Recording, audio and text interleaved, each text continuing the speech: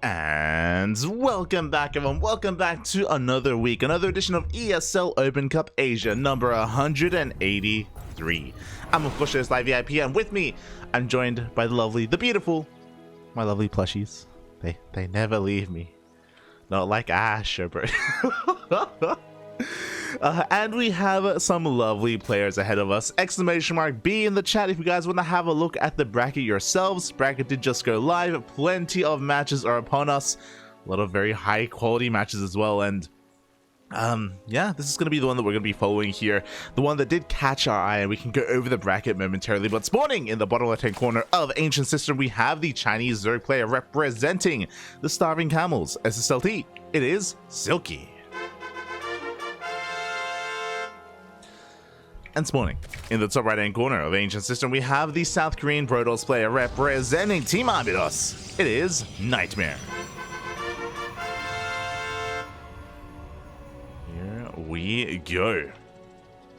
And there were quite a lot of matches that did catch our eye. The biggest one, of course, was Oliveira versus Dongregu. Oliveira versus DRG. Looked like such a juicy ZVT. But this week we only have two English casters. We have ourselves and we have Steadfast. And Steadfast did go for that PvZ. And in an effort to spread out the casters and spread out the coverage on this weekly tournament, we have opted to go for a different series instead. And you know, this series is no lesser as well. I'm a big fan of both of these players. We cast them both quite a bit, and the winner of this series already has an opponent as well. The winner of this series will be moving on to face Solar, and then after that, most likely Dark. Oh boy, so quite a lineup ahead of us. But before that happens, we do have a Hatch Gaspable opener, which is important to take note of because Silky is a more cheesy, aggressive player. He's the best Zerg player in all of China, and he has had some really damn good showings and results in the World Team League, in WTL. It's been really impressive to see him go toe-to-toe with some of these other big names, but that's typically in a prepared format. In a format where the matches are, you know, designated ahead of time. We have seen Silky come in very prepared, very methodical as well with his map picks and his map choices, and that's a little bit harder to set up on a more, you know, on a more like off the cuff or off the fly tournament like this, a weekend event, if you will, a online tournament where you don't really know your opponent ahead of time. You can't really prepare, you can't study them either. So we'll see how Silky can do. Again, for the time being, everything's looking quite standard. Hatch Gaspable all around, nothing too crazy. Across the map, NightMare likewise going for a gate expand into a Stargate opener, as we would expect. Again, NightMare, we're going to be keeping an eye on what he does after this though, because he's typically a lot more aggressive here in the mid game off of 3 bases, maybe even a 4th just for a couple of workers. The late game isn't really where he thrives, it's before that. Tears before that. But yeah, I hope everyone had a great weekend as well. You know, Sunday just wrapped up, Monday in the books as well. And yeah, I myself, you know, I've been trying to catch up on all the VODs that we've been up to, and I'm trying to schedule as well kind of our forecast for the next month. We only have one cast left this week of ESL Masters replays before we finish up the group stage, and I have to make a tough choice. I have to either decide to cast the knockout bracket, which was all broadcasted on like B streams and stuff, which we can still do, to be fair. We can go for the knockout bracket, or we can start casting Home Story Cup, and I kind of want to cast Home Story Cup because especially day 1 and day 2, I didn't get to watch any of it. Like we were busy casting at the time and being in bed as well. Like I couldn't really delve into day 1 matches, so yeah, still trying to decide whether I want to cast Home Story Cup or if I want to cast GSL. That's another option as well. We'll figure it out. Starting tomorrow.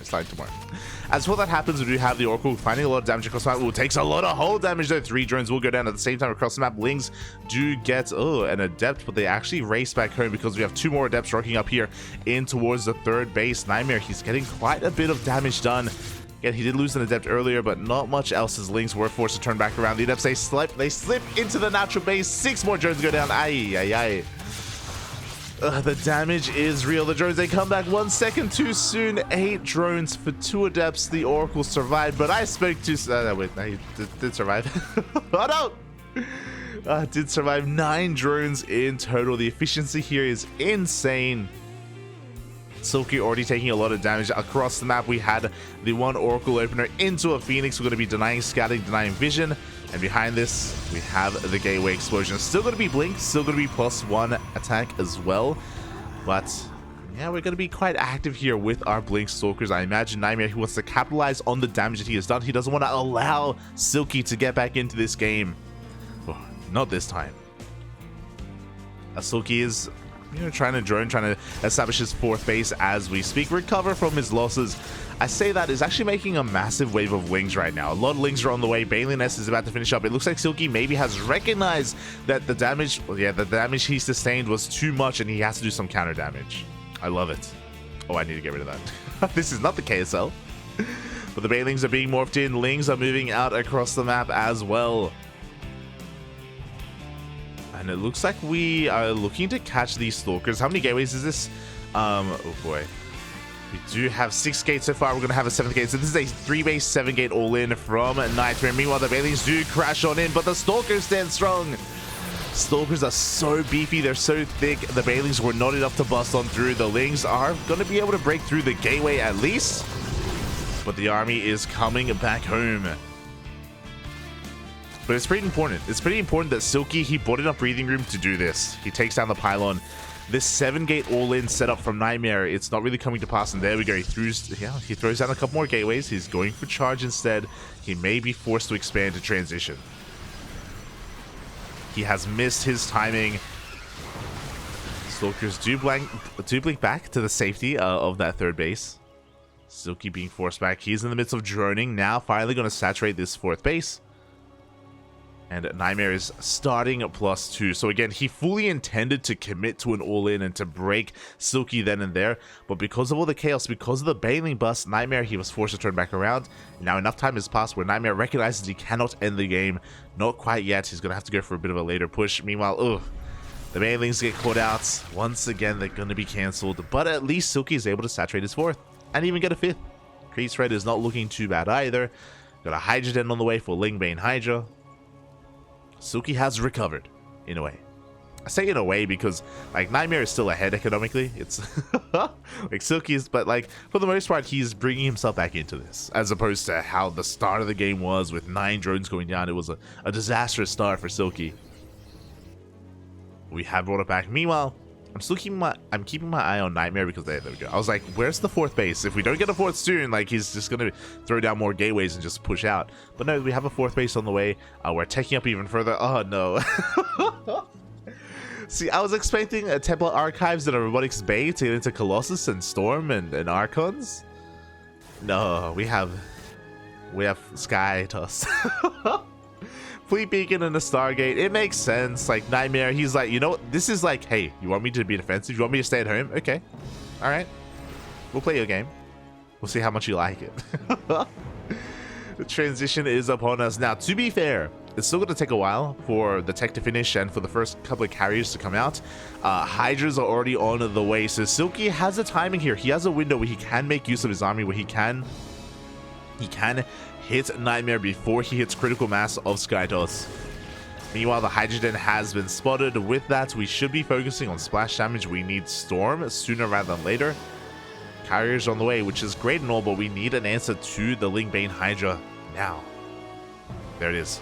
Storm is being chronoed as we speak. NightMare, he recognizes how important that upgrade is. Before Storm finishes, Silky, I think he may be about to max out. He may be able to hit NightMare before that comes into play and maybe take down the base. We'll see. He's getting ready for it. Hydras, they do take down the Phoenix. Lingbane getting ready here on the right-hand side to bust into the natural base. We have another army here looking to threaten the 4th. Army is in position at the 4th, and Silky is going to be forced back. Same time, here we go. The Bailings are rolling on in. High Templar being distracted. Storm isn't done yet, but the Bailings, they do try to slip into that 3rd base. Up! Can we get in? We kind of do. 9 probes go down. But alas, the Bailings are going to be zoned away. They do get force fielded out of that main base. Sorry, of that mineral line. Meanwhile, the Stalkers are pulled out of position, and Silky is able to dive towards that 4th. Storm is now done. The Bailings, they do connect with the probes once again. And it looks like even if NightMare pushes his back, no, it looks like NightMare is going to be losing this fourth base. He lost 2 mineral lines. Against Silky. Oh, the walls on the wall! The Lings, they flood into the natural and into the main base as well. Silky still fighting here on the front line, still trying to get whatever value he can. The Storms have run out. He's diving on top of these Stalkers, but the Stasis goes off. Stasis does go off, and with that, NightMare, he's pulling back. Do we have an overcharge available? The answer is yes, we do. Do have that overcharge. The Stalkers being forced back even further. The Carriers actually went all the way back into the main base. 19 more probes went down. We have another massive storm on the Lings. Oh, but the Lings are getting on top of those High Templar. They're forcing the morphing of those Archons. No more splash damage is remaining. We only have 2 Carriers. Silky, he's done it. He has broken the third base. I thought that he would only get economic damage done and then be forced back. I didn't even think he'd be able to kill the fourth, but he did so much more than that. 48 probes went down. The base went down. The High Templar as well. These 2 just got morphed in. We don't have enough energy for a storm. We only have 2 carriers. NightMare has to counterattack. Silky, all he has to do is hold. And with this economy, with this drone count, with this base count, with all this lava, Silky, he can pull it off. And NightMare knows that. He backs off. He knows that he cannot counter. If he tries to counterattack, it's suicide. He will lose his army. He backs off. He reinforces with 2 more carriers, with 4 carriers. This is pretty scary now. 4 carriers, 3 storms. This can do quite a lot. Silky is not stopping though. He has Bailings being set up for another run by NightMare though is pushing on out. Silky can use this to surround the army. He can bring it back here and get on top of these High Templar. Oh, Zealot run back here towards the bottom right hand corner of the map. The High Templar are moving on forward. The carriers as well. Drones are falling. How good are the storms going to be? The Ling Bane doesn't turn back around. Uh-oh. This is scary. There's nothing here to support these Hydras. The Hydras are going down, and it looks like NightMare, he's down in supply. He's down in the economy, but he breaks the third, and he may be able to roll over his opponents. Oh my god. Again, I feel like the Ling Bane needs to be at home. I feel like we needed this to turn back around. To be fair, we have Corruptors on the way. We have Vipers as well. Can we still hold? Can we still muster up a defense? Can we pull it off? It's gonna be difficult. He's diving on forward. It's the only way he can. He goes for the power bombs as well. 1 carrier goes down. We're gonna be able to get a couple more. Yo, we're running out of steam here. Both carriers fall to the Corruptors, to the Hydras. There's only 1 Archon and 1 carrier left. Silky does it. GG gets called. And Silky takes game number 1. Oh, let's go. Oh, that was so close. NightMare, he was on the brink of breaking his opponents. I mean, he was all in, of course. So he had to not just break the natural, but break the main base. I was really concerned with how the parasitic bombs were used. I was assuming we were going to power bomb and then dive on top of the Corruptors and have the Interceptors kill themselves. And it looked like he tried to do that, but because there was an Archon on the ground, he couldn't quite commit. So the power bombs weren't doing the most ideal damage in the end, but did take down some Interceptors, and Silky was able to barely hold on. GG. And again, it was so important that he attacked when he did. We were talking about that window. We were talking about how, sure, we had carriers on the way, we had Storm on the way, but Silky was going to hit before they really finished up, before they were able to influence the army of NightMare. Oh, and he was able to, yeah, he was able to, oh god, my bad, okay. He was able to just barely hit that timing, and he did so much more damage than I thought he would have. He killed all the probes, or killed a lot of probes at the third base, killed the probes at the fourth, killed the fourth itself, killed the High Templar, traded well with the ground army, with the gateway army. Damn. Let's go. As spawning in the bottom right-hand corner of Babylon, we have the best Zerg player in all of China, representing the Starving Camels, SSLT. Leading the series 1-0, it is Silky. And spawning in the top left-hand corner of Babylon, we have as opponent, we have the South Korean Protoss player representing Team Abydos. It is NightMare. And so far, as much of a Silky fan as I am, and I am a Silky fan, I love watching him play, this was an upset so far. Like, Silky is the underdog. He is the underdog in this series. NightMare, it wasn't too long ago where he beat Solar in the qualifiers for GSL, you know? Like, NightMare is no slouch. NightMare is, you know, not one to roll over. So yeah, really well done here by Silky. Again, it was a really tight attack that he went for. Little room for error. If he had waited even a couple of seconds longer, I do think that he wouldn't have been able to break NightMare the way that he did. Oh, but damn. GG.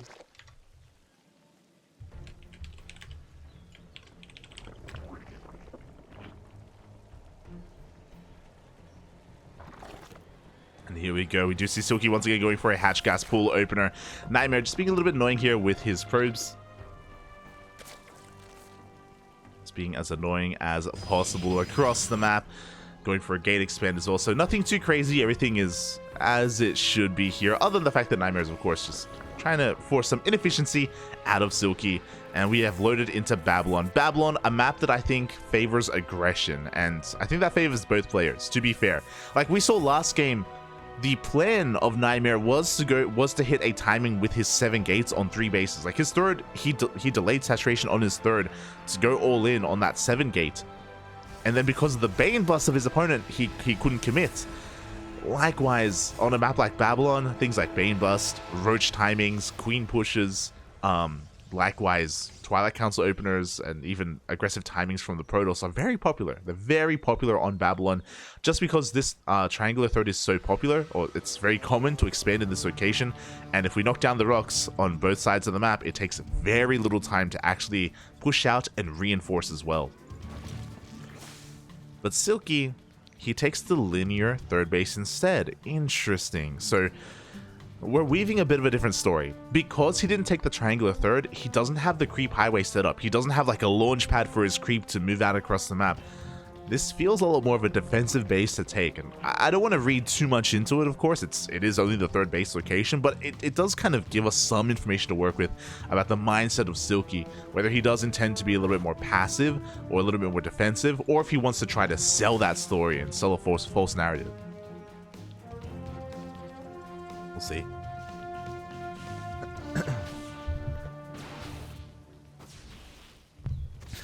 That's the close up, Papi. Bring me in. Oh, stay away. You're an animal. Oh god. Just catching up in the chat as well. Catching up.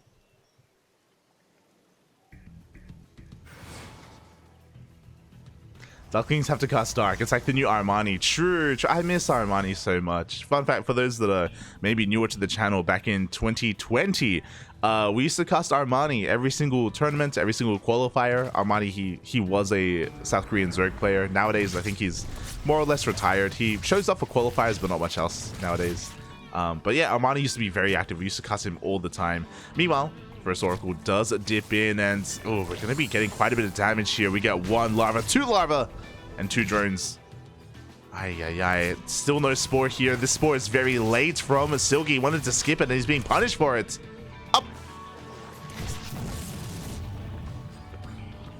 Then again, I'm going to have to eat my own words. He was being punished, or was he? Because 4 drones went down alongside 2 larva, but the Oracle died. And suddenly, this is looking better for Silky. Meanwhile, okay. Meanwhile, it was a triple Oracle opener. We have a third base on the way, so NightMare still has more counter potential, or damage potential. Still has more available to him, so Silky has to take this seriously, but the Spores have finished up. He has a Spore in his main, the natural, and the third base. Means they're looking to rotate on over, but no, the Queen in the main is going to go down. Oh, unfortunately, typically we want to have 2 queens in each base, and without them, these oracles, they get out of control. 7 more workers go down.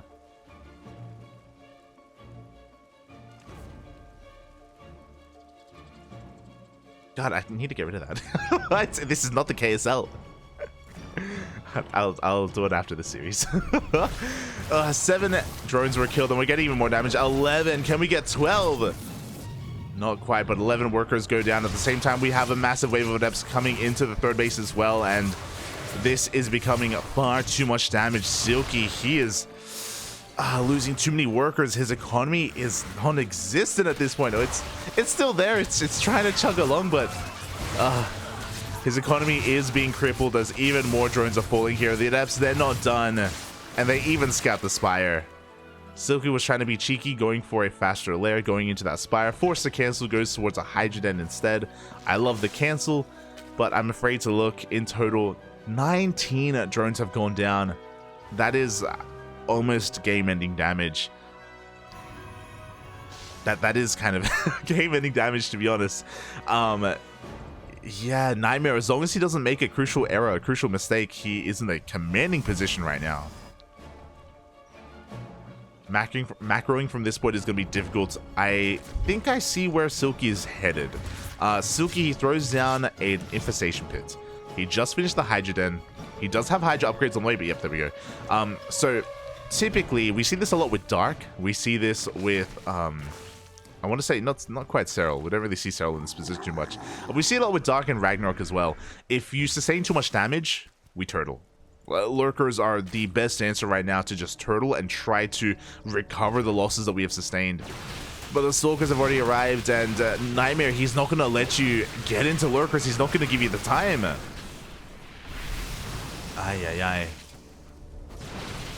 Not like this, as the Stalkers are focusing down whatever Ravages they can. Clutch transfuses, but we are running out of energy. We are running out of transfuse. And NightMare is breaking on through. He's getting on top of the Queens. He's getting on top of the Ravagers. Oof.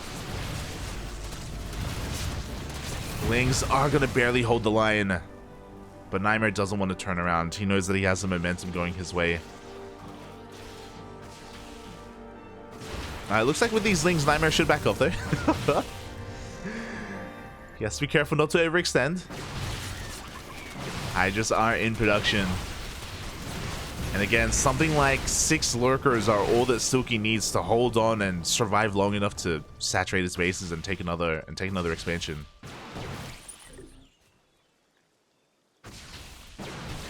But we'll see if he can get there. As the Stalkers do rotate over towards the 4th base, the hatchery taking a lot of damage, taking a lot of hits. Yeah, the hatchery will go down. Oh, even a little bit of friendly fire from the Biles. The Hydras have arrived. We can now morph in some Lurkers. There we go. Lurkers are on the way.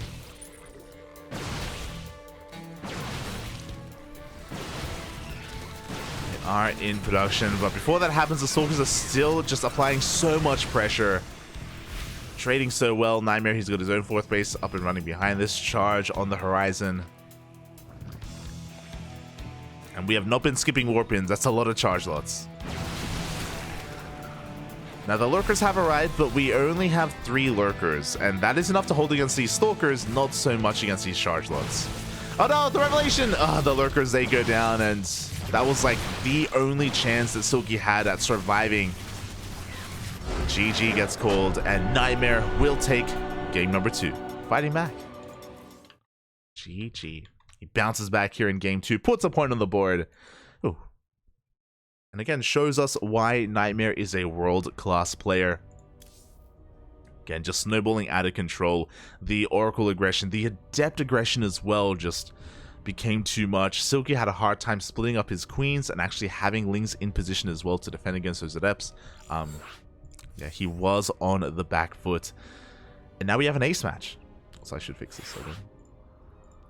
Now we have an ace match. Let's go.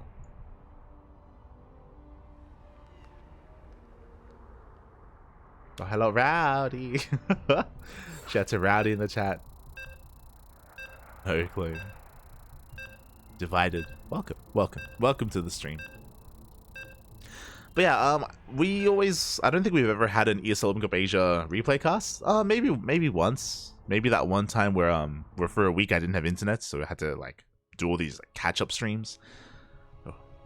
But yeah. Tis live. As we are getting into game 3. Let's go. And spawning in the top left-hand corner of Dragon Scales, we have the Chinese Zerg player himself representing the Starving Camels. SSLT, it is Silky.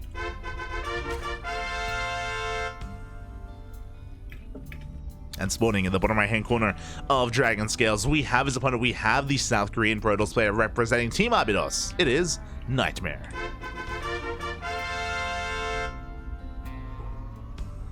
Here we go. Yeah, NightMare just excelling so much in the early game. In game number 2, just snowballing out of control, getting so much economic damage done with 5 Adepts and 3 Oracles. That is all he needed. And he was able to just get himself in an almost unlosable position. I say almost unlosable because, of course, Silky could have tried to go for an all-in. He could have tried to just cut workers and just make nothing but army. That's a possibility that he could have gone for. The other one is, of course, turtling up. Taking up very quickly, he was trying to race himself into lurkers, and if he was able to get a high enough lurker count out, then he would have survived, but he only had 3 lurkers in the end, and that just was not enough. Was not enough to hold on. Now we have an ace match, and it's on Dragon Scales, and the things that I said about Babylon at the beginning of the game, they do apply here as well, where this map is very small, it's very short, the rush distance by ground is short, I should say. It doesn't take too long to counterattack, and as a result, it does favor more aggressive play. I would say that this map is probably a little bit more defensible than Babylon, just because of some of the choke points, and god, I need... next game. Don't get rid of that. Yeah, it's one of those things where it is a little bit more defensible than Babylon because of the choke points, because of the ramps that you have at your disposal as well. But it can still be quite difficult. So we'll see if Silky can hold on. We'll see how aggressive both players are going to be, as Silky is already making a good chunk of links. We're delaying the 3rd. Is he link flooding? I think he's link flooding. Because we made so many links early on, this 3rd base is heavily delayed for Silky. The probe is going to confirm that. At least sees 2 of these links. The link's going to try and sort this away. And yeah, we're link flooding. We're going for a Bane bust. All right, let's go. Again, the rush distance by ground on Dragon Scales is quite short, and Silky is fully aware of that. Oh, the first Adept is moving out across the map. I'm going to try and get a scout up. Going to try and figure out what's going on. Whether or not there's a 3rd base, and the saturation here at the natural as well. Additional links have been spotted. Oh. And they are going to remain hidden to this Adept. Meanwhile, NightMare hasn't really reacted too much. Nah, he knows. He's got a Void Ray on the way. He smells that something is wrong. Something is off. Something is fishy. Something is cheesy. Shield battery is on the way. Void Ray is coming out. I mean, he did check, and the fact that there was no 3rd base was another tell. And NightMare is setting up a secondary wall behind this. With Stead moving out, he's even going to come across the Bailing. So now he knows exactly what it is. Like, for all he knows, it would have been like a Ravager Ling all-in. But now he's aware of the Bailings. Ugh. And here we go. The Bailings are waddling on forward. The shield battery has finished. We have an overcharge available as well. The Bailings... up. They don't go off on that Stalker. Again, Stalker actually takes a lot of Bailings to kill. He goes for the gateways instead. Gets a surround on the cybercore, but we have the overcharge, and yeah, NightMare, he's gonna hold. He is so prepared for this. I mean, at least the overcharge was triggered, but we have sentries on the way. We're about to have some force fields as well.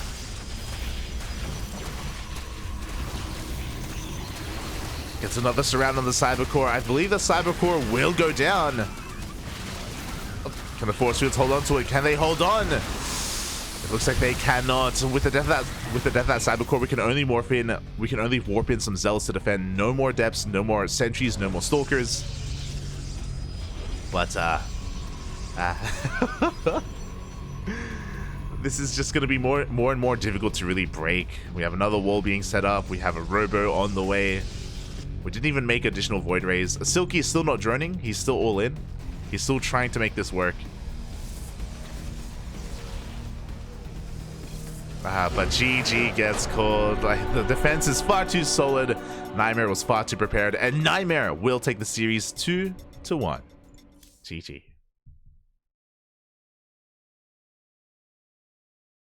GG, well played.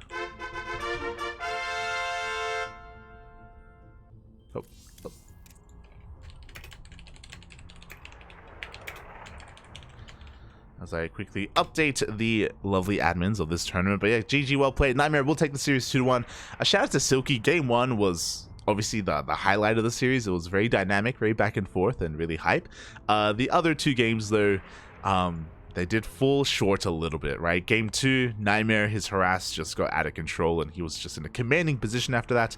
Here in Game 3, we did see a Bane bust being set up by Silky, but unfortunately, NightMare did scout it ahead of time. He was able to recognize it ahead of time and prepare wonderfully. You know, he had a Stalker as a part of the wall, he had a shield battery, he had a Void Ray coming out instead of an Oracle as well. And he even had sentries for force. He didn't even force field, I don't think, or like he held onto those force fields for quite some time, recognizing that he didn't need to waste them, didn't need to use them. Very well defended there by NightMare, and with that he advances on into the next round.